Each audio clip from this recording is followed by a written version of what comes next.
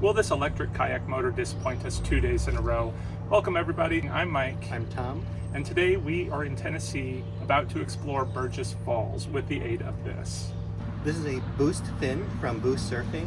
It's a small electric motor with an integrated battery that's really designed for surfboards and stand-up paddleboards.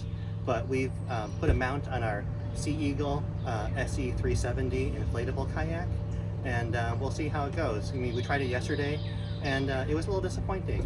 I think it worked relatively okay. I mean, it got us moving. It just didn't last as long as we anticipated. How long was it supposed to last? It was supposed to last on the lowest setting, which I had it at, for up to 100 minutes. And it only lasted for about 35 minutes. But the weird thing too was that we don't think it ran completely out of battery, because when we plugged it back in, we could see that it still had about 40% of charge. So we're not sure why it turned itself off and we weren't able to turn it back on. We pulled out of the water and tried to turn it back on with the crazy magnetic thing that you had to stick onto it, and it wouldn't turn on. So it did turn back on when we got back to the van and plugged in to start to recharge it. But we're going to give it another shot today and see if we can make it actually all the way to the falls. Yeah, come with us. Okay.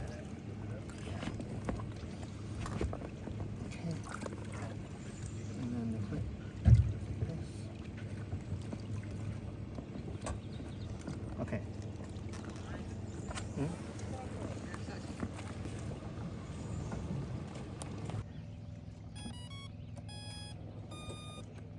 It's 10:20 and we are hitting the button. That's what's going to start the motor.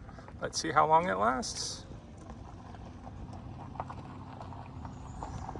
So we are moving at a pretty good clip. This is the low setting. I mean, I think the speed is really good, right?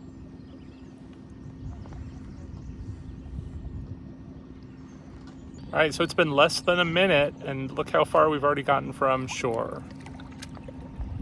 Again, this is the low setting that's supposed to last 100-ish minutes, but it's supposed to last 15 minutes, then turn off, and then you're supposed to be able to turn it back on. So we'll see what happens. Because this is a sport, we do like to keep active, so you can paddle along with it as well. Gives you that little extra boost. But of course, you are still going to need to do that to steer a little bit, rounding the corner like the one we're coming upon. It's like an e-bike. It helps you when we're going against the current, so it helps us. Here we are 5 minutes in and we can't even see where we left from. We've barely done any paddling. This is very smooth and relaxing. At 15 minutes, it shut off by itself. And we've gone 0.62 miles with very minimal paddling. Hopefully it'll turn back on. We'll try it again. Oh, and it worked. And we're off.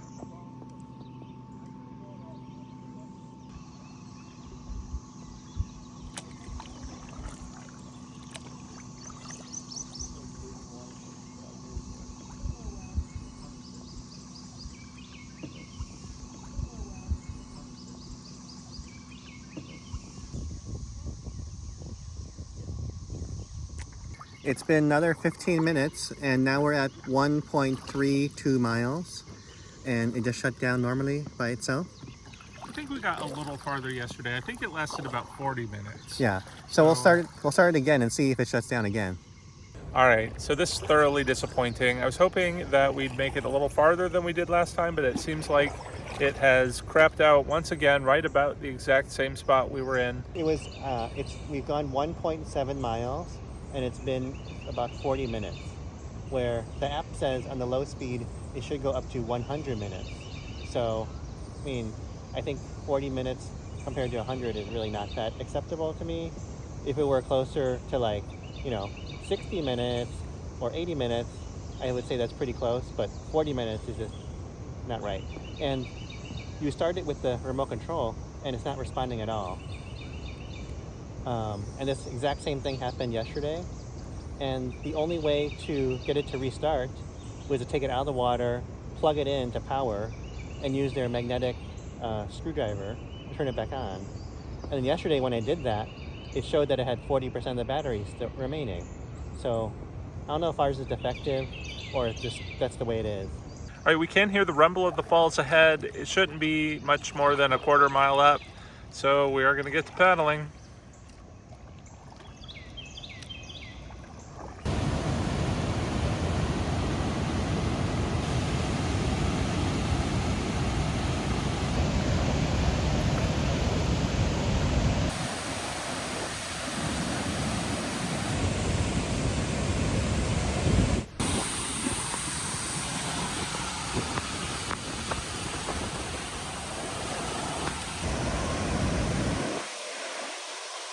Made it! I think this is a little stronger than I had imagined.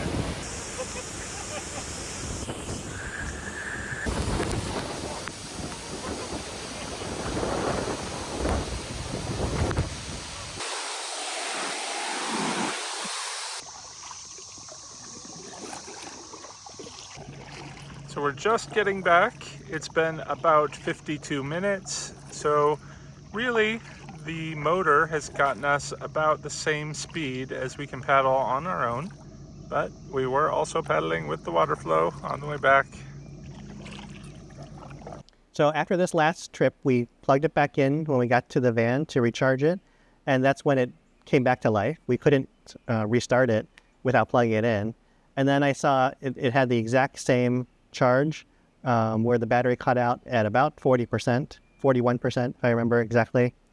So that's kind of disappointing. We're very disappointing, actually, when the app suggests that you can get up to 100 minutes.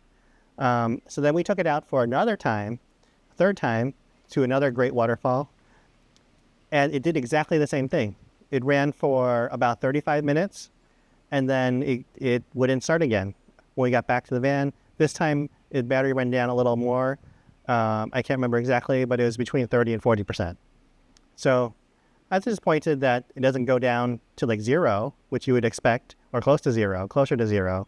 And then we got nowhere near the 100-minute time that they claim. So I think clearly it's either defective or their run times are an exaggeration. I'm not sure what it is, but I think we've decided to return it. And we're going to look at other kayak motors, because definitely after this trip, we enjoy motoring and being out in nature and not getting tired. Not so tired. And then having motor assist to power back upstream is very nice. So we've had this kayak for many years now, and I have to admit we haven't taken it out nearly as long as I would have liked. That's because, kayaking, it takes a lot of effort. You get tired. But this really made it a lot easier, and I like that a lot, and I look forward to our next version that we try. In terms of kayaks, I think I'm going to upgrade our kayak to a different one. But if we get a skeg mount kayak, or a skeg mount motor, we'll probably look at the Bixby motor, which is a lot more powerful, but it has a separate battery and a cord that goes under the water. It's also twice as expensive, more than twice the cost. It's like $1,200. And then if we change our kayak to a different model, maybe something with a transom or a regular motor mount, we might go with a regular trolling motor and separate battery, which would be a lot cheaper. Or something like a Torpedo or a e-propulsion small outboard, but haven't decided. Whatever we do pick, it's got to be inflatable, though, to travel along with us on our van adventures. Hopefully you will come along with us on those. We've got many more trips planned and can't wait to share those with you. So make sure you're subscribed if you want to see more and tag along. Till then, take care, everyone. Happy traveling.